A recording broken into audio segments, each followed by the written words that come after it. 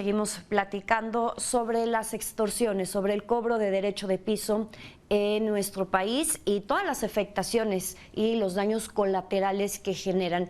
Y para seguir hablando sobre este tema, me da muchísimo gusto saludar este mediodía a Miguel Garza, él es director ejecutivo del Instituto para la Seguridad y la Democracia. Miguel, ¿cómo estás? Muy buenas tardes. Hola, ¿qué tal, Jimena? Buenas tardes, gracias por la invitación. Miguel, veíamos este incremento que se ha ido registrando en cuanto a los casos o a las carpetas de investigación en torno a extorsiones en nuestro país. Quisiera empezar contigo preguntándote, ¿a qué podríamos atribuir este incremento? ¿A que efectivamente han aumentado los casos de este delito o bien ha aumentado la denuncia, que lo platicábamos, es muy baja, es mínima en el caso de las extorsiones? Claro, como bien dices, el subregistro, ¿no? La poca denuncia de ese delito, lo que se conoce como la cifra negra de ese delito, es muy alta, ¿no? Se calcula pues entre 1 de cada 20 que estén denunciados hasta llegar a 1 de cada 30 o cada 35 delitos de extorsión. La única forma de saber, para que tener una respuesta, digamos que real de la pregunta que haces, ¿no? ¿Cómo saber si fue un incremento en los hechos delictivos o un incremento en la denuncia? Es a través de una encuesta de victimización. Es decir, se tendría que hacer en los estados que decían en el reportaje, digamos, en los estados en donde se presentan las mayores alzas, bueno, hacer una encuesta de victimización con representación por el estado y preguntar sobre ese delito y obviamente ahí tener alcance a los delitos que no se denunciaron, que la policía no tuvo conocimiento ni la fiscalía y que sí ocurrieron, ¿no? Y de esa forma saber si hubo más víctimas, lo que indicaría que sí hay pues más registro en carpetas, o que por el contrario hubo menos víctimas de ese delito y que hubo más denuncia. Y aunque se mostrara un alza en las carpetas de investigación, eso no sería negativo, ¿no? Sería, digamos, solamente que se registró, lo cual sería muy positivo que se registró. Sin embargo, pues es un delito que en el contexto de cuando ocurren con amenaza y con grupos armados, pues es muy difícil que se anime las personas a denunciar, porque la verdad es que no confiamos en el sistema de justicia. Justamente, Miguel, esto que comentas al final me resulta interesante porque lo platicábamos ayer con otro de nuestros entrevistados. El tema es que la gente no está denunciando porque tiene miedo. Entonces, quizá si este incremento se fuera porque hay más denuncias, estaríamos viendo que se está logrando visibilizar más este delito y podría, pensaría yo, ser más fácil el combate. Y justamente hablando del combate, quisiera preguntarte, Miguel, ¿existe una estrategia clara en nuestro país para enfrentar la extorsión?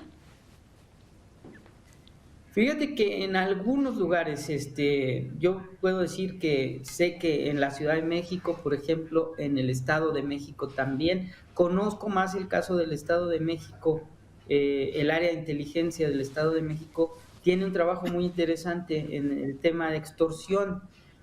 No es fácil acercarse porque me refiero a quien se atreve a denunciar, es quien sabe que tiene alguna cercanía con el Estado de México y que les tiene más confianza, ¿no?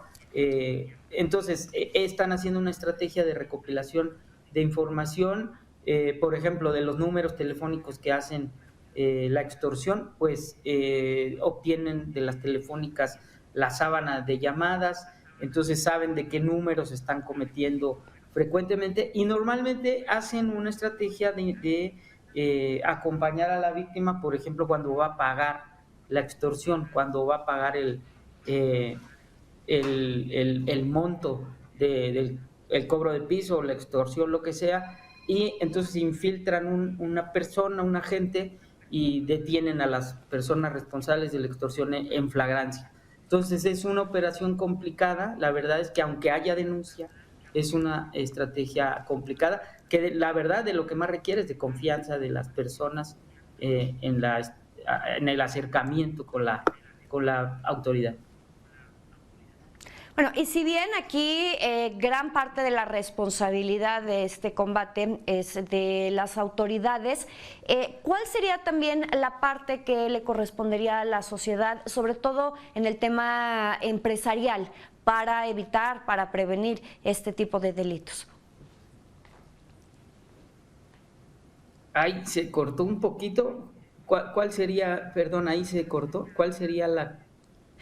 Te repito, Miguel, si bien la responsabilidad de prevenir y de combatir este delito pues es de las autoridades, ¿cuál sería también la parte de la sociedad, del sector empresarial para evitar, para inhibir las extorsiones?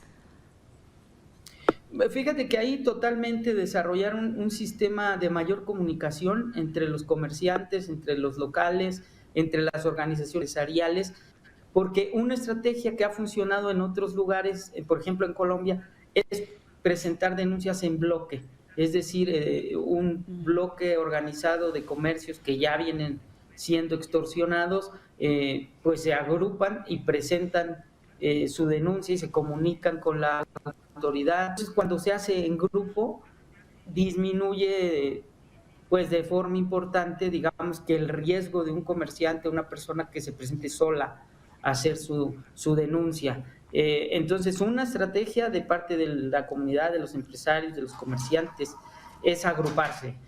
Hace mucha falta, pues, agruparse, organizarse en conjunto para reducir el riesgo al presentar las denuncias.